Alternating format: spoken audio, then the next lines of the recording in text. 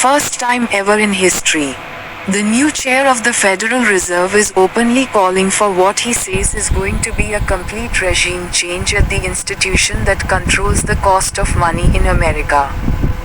And if he follows through, this could reset everything from the Fed's balance sheet, how much it intervenes in the markets, the way they calculate inflation, and even the way interest rates affect your savings, investments, and mortgage. That's why we really got to break down exactly what's happening. Why Kevin Warsh could wind up raising interest rates instead of lowering them, and how these changes are about to affect the very fabric of our economy. Because believe it or not, this is the first time in 75 years that the former Fed chair, Jerome Powell, won't be stepping down from the Federal Reserve. As a result, what comes next will determine whether your money continues to benefit you or slowly loses even more value to inflation. However, I'll make you a deal before we begin. For every like and subscribe this video gets in the first 24 hours, I will do a push-up. Yeah, that's going to take me a very long time to do, but I got to get in shape for summer. And as a thank you for the motivation, here's a picture of a waffle. So, thanks so much. Additionally, a huge thanks to Surfshark for sponsoring this video. But more on that later. Alright, so in terms of what just happened and why this is becoming such a major issue, we have to talk about the Federal Reserve. See, for those unaware, the Federal Reserve is comprised of a small group of people whose entire job is to keep our economy stable. They do this by influencing interest rates, printing money, or siphoning it out from the economy, and ensuring that our dollars don't completely lose purchasing power due to rampant inflation. Essentially, whether you realize it or not, their decisions quietly influence every single part of your financial life. We are talking savings rates, investments, mortgage rates, auto loans, whether businesses are hiring or firing. And as of the other week, a brand new person is now in charge, and that is Kevin Warsh. However, this is where things start to get very strange. The president picks the Federal Reserve chair for a 4-year term. When the new chair takes over, the old one usually steps down. Except this time, Jerome Powell said he's not leaving. He is instead remaining as a member of the Federal Reserve. In point of fact, the most recent instance of this occurred in 1948, when President Truman personally requested that the Fed chair remain on for an additional period of time. Except this time, nobody asked. Jerome Powell just said he's not going anywhere, citing what he called unprecedented legal attacks. This means for the first time in 3/4 of a century, we have a new Fed chair at the same time that we have an old Fed chair. Both with very different philosophies about what they expect to happen next. That's not normal. This is objectively the most unusual transition of leadership that any of us have ever seen. And that also means we are going to find out very soon whether or not they reset the economy or bring back the exact inflation problems that everyone thought was finally over. So, in terms of how these changes will directly impact you and your investments along with Warsh's new plan to change our entire monetary system, we need to talk about his 4-part reset. Kevin Warsh becomes truly interesting at this point. He's repeatedly said that he would be implementing a regime change shortly after getting appointed to the Federal Reserve. And during one of his recent Senate hearings, he laid out a very specific plan, starting with number 1, aggressively shrinking the Fed balance sheet. See, as of right now, the Fed is currently sitting on $6.7 trillion worth of bonds and mortgage-backed securities that they purchased during COVID and the 2008 financial crisis as a way to pump money into the financial system to keep it from collapsing. But Kevin Warsh thinks that this is too large. He also said exactly what he said, which was that you could take a couple $1 trillion off the balance sheet over time and use it to boost the real economy. Basically, his logic is that a smaller Fed balance sheet means less market distortion, lower inflation risk premium that investors pay when they think there's going to be less money printing. And that means there's potentially room to lower interest rates even further if investors believe that inflation is under control. But critics say that shrinking the Fed balance sheet and taking money out of the system could actually cause the stock market to fall while causing interest rates to rise at the exact same time. Which is why investors are already beginning to panic. On top of that, we have number 2. He says, no more warnings.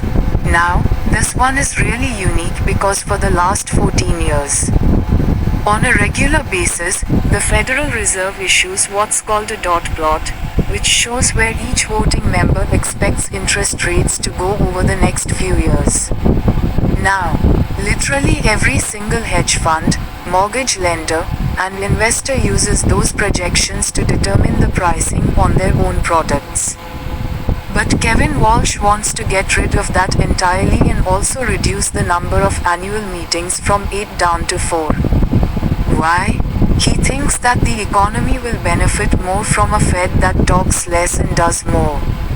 But once again, nearly everyone else says this makes it impossible for the markets to be able to adjust to new information. In addition, we would probably experience significantly more abrupt sell-offs and rallies as a result, particularly when paired with number 3, a change in inflation. In this case, Jerome Powell's Federal Reserve used what's called core PCES, its primary inflation gauge, which stripped out food and energy because those could often be more volatile. However, Kevin Walsh wants to move to trimmed averages, which simply eliminate the most extreme price changes to provide a clearer picture of underlying inflation. Again, this might be for the purpose of making inflation look less than it actually is, which would allow them to cut interest rates even further, but it doesn't build a lot of confidence. Especially with number 4, earned independence. See, here's the thing. Jerome Powell treated Federal Reserve independence as something sacred. It was a non-negotiable. You were just going to do it no matter what. But Kevin Walsh says that independence must be earned by hitting targets. And in terms of what this means, no one really knows. But it is causing a lot of people to question his intentions, especially when he was appointed by Trump, who really just wants lower interest rates. Or at least that's just the theory. So, in terms of what this means for you, your wallet, and the market, along with Kevin Walsh's new plan to reset the entire economy, here's what you came for. Because this could be the difference between another market boom or another cost of living crisis. Although before we go into that, there is one more risk that most investors are not pricing in. And that's safety. For example, anytime you log into your brokerage, move money, or check your account balance on public Wi-Fi, you're exposing your data on public networks that you don't control. Like, think about it. You could spend years or decades compounding your investments only to have your accounts, passwords, or sensitive information exposed in seconds. Especially during a time when identity theft is skyrocketing. This is why something as simple as your internet connection could become your weakest link. And our sponsor, Surfshark VPN, is there to help. For those unaware, a VPN works by encrypting your online data, protecting your personal information, masking your IP address, and preventing hackers from identifying your city, country, and download history. Or basically, a VPN works by swapping the real location of your device with the new one, giving you the ability to virtually travel anywhere around the globe.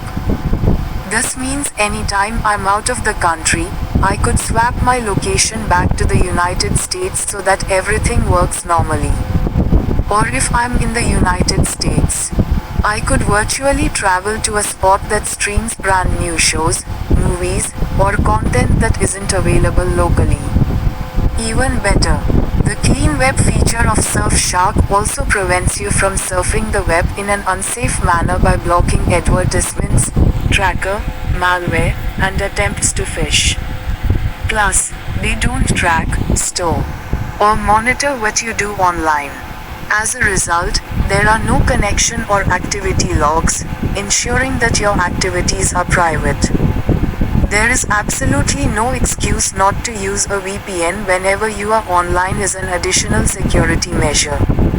So, if you want to get started, just head to surfshark.com/Graham and use the code Graham at checkout to get an extra 4 months for free. Additionally, they offer a 30-day money-back guarantee. So you can test it out risk-free and see what you think. Again, there is no excuse not to use a VPN whenever you are online. To sign up and learn more, visit surfark.com/Grah. Thank you so much. That link is also down below in the description. And now let's get back to the video. Alright, so in terms of Kevin Warsh, his new monetary reset, and the regime change expected to go into effect in 2026, there is one more risk to the economy that almost no one's talking about, and that has to do with interest rates. See, here's what most people get wrong. They just think Trump wants lower interest rates. He appointed Kevin Warsh, and therefore we're going to get a ton of cheap money any day now. Except that's not how it works.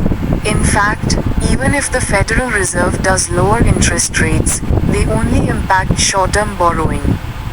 And the rates that actually impact your daily life, I'm talking savings accounts, mortgage rates, auto loans, investments, and so on, are impacted by something entirely different.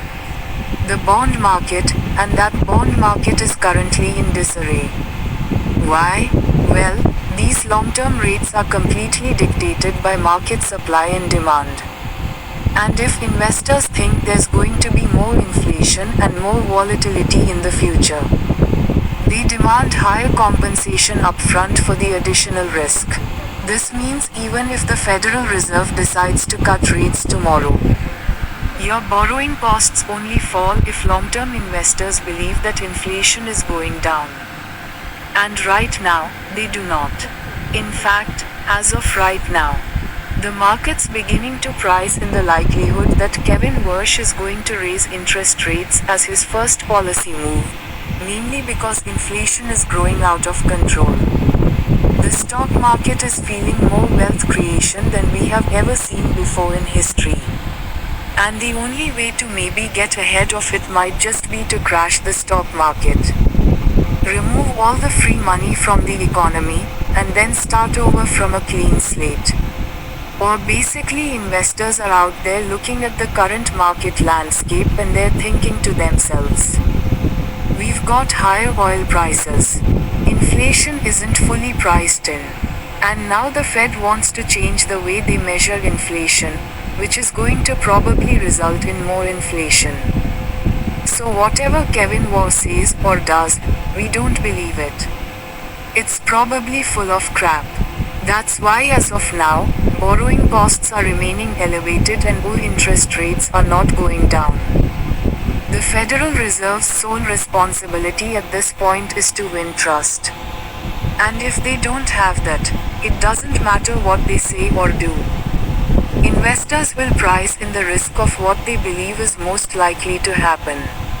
So if they think inflation is coming back, deficits are getting worse, and the Fed is becoming more political, they're going to demand higher yields until they believe they're fairly compensated for the risk. And this means higher mortgage rates, weaker housing, lower savings, and more